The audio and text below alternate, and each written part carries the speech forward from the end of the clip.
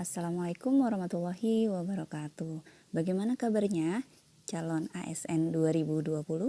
Tentunya masih semangat untuk belajar mengenai seleksi kompetensi bidang, khususnya bahasa Inggris.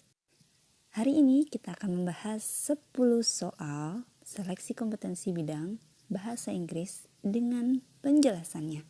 Yuk, mari disimak baik-baik. Kalau perlu disiapin untuk catatannya ya. Nah, nomor 1 ini berkenaan dengan singular and plural. Coba teman-teman, kira-kira ada kata have so many, berarti menunjukkan plural. Plural dari appendixes itu kira-kira apa ya? Nah, benar banget. Jawabannya yang B. Ini harus diingat ya teman-teman. Untuk yang berakhiran X, itu kita bisa tambahkan IS. Terkecuali dengan appendix ini, kita harus rubah X-nya menjadi C. Nah, kalau dilihat dari soal yang ini berhubungan dengan kalimat pasif. Kira-kira option apa aja menunjukkan pasif? Kenapa juga sih pasif? Kita lihat di belakangnya ada by. By itu menunjukkan tentang pasif. Nah, kita lihat jawabannya yang D, yaitu supported. Kenapa sih supported? Karena dia bentuknya pasif, sedangkan yang lain itu aktif, kecuali yang A. A itu have been, berarti sudah lampau sekali. Nah, nomor 3 ini berhubungan sama if conditional. Jadi ada 3 if conditional dan ini kamu bisa lihat if you drop. Berarti ini if conditional tipe 1. Namanya juga tipe 1, berarti verb yang dipakai verb 1. Nah, gampang banget kan pilihnya, karena verb 1 berarti langsung aja kita pilih yang B, will shatter. Kenapa nggak yang D sih? Karena nggak ada will-nya guys. Kalau if itu nggak pakai will, tapi tenses atau sentence keduanya pakai will. Nah, materi yang ini gampang banget. Who, whom, atau which. Kita lihat aja, gampang banget. Kita lihat setelah titik-titik tersebut. Apakah subjek atau kata kerja. Nah, disitu kan ketahuan ya, yaitu subjek. Nah, gampang banget. Kalau udah ketahuan itu subjek, pasti kita pilih yang whom. Kenapa yang whom? Karena whose itu untuk benda, which itu bisa untuk benda atau bisa untuk orang. Tapi di belakangnya itu bukan subjek atau sentence lengkap. Nah, untuk nomor 5 ini berkenaan sama pronoun teman-teman. Kita lihat di belakangnya itu ada kata bendanya. Berarti kita pakainya yang his. Kalau kita pakai yang him, berarti dia sudah tidak menyebutkan kata benda di akhir kalimat tersebut.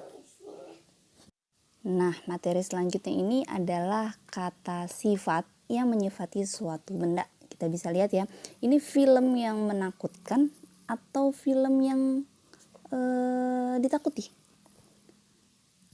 Nah, teman-teman, untuk materi ini kita harus tahu, jadi harus ada ing, kata sifat yang bentuknya ing, lalu diikuti dengan kata bendanya. Jadi kalau kita nggak bisa bilang kita boring, tapi kita bored. Nah, ini filmnya adalah fright. Nah, ini materinya ada kata before. Before berarti tensisnya harus sudah lebih lampau dibanding kalimat setelahnya. Nah, kita bisa lihat kalimat yang lebih lampau dibanding he received, yaitu yang had repaired. Nah, materi selanjutnya berkenaan dengan gerund versus to infinitive. Kita bisa baca di situ ada a verb. A verb ini selalu diikuti oleh to infinitives. Nah, udah pasti dong karena diikuti oleh to infinitive, jadi jawaban satu-satunya yang betul adalah yang C, yaitu to buy. Kenapa nggak yang buy aja, yang D? Karena memang tidak ada to sebelum kata buy. Nah, teman-teman, di materi selanjutnya ini berkenaan sama reason. Jadi apa sih bedanya because of sama because saja? Kalau because of itu diikuti oleh objek, kalau because itu diikuti oleh kalimat. Nah, bagaimana dengan ini? Nah, bener banget. Karena respon yang telat, berarti kita pakainya because of. Karena the tardy response itu adalah objek atau keterangan, bukan dalam bentuk sentence atau kalimat. Nah, selanjutnya ini adalah tenses yang paling amat jarang dipakai ya. Jadi berkenaan dengan future, tetapi sudah berhubungan dengan waktu yang lampau. Nancy ada for 3 months sama next week. Nah, karena di situ ada for 3 months, itu adalah salah satu tanda present perfect. Jadi kita ada have taken-nya. Tapi ingat di situ ada next week juga yang menunjukkan tentang future. Jadi kita pakai will juga. Jadi jawabannya yang B.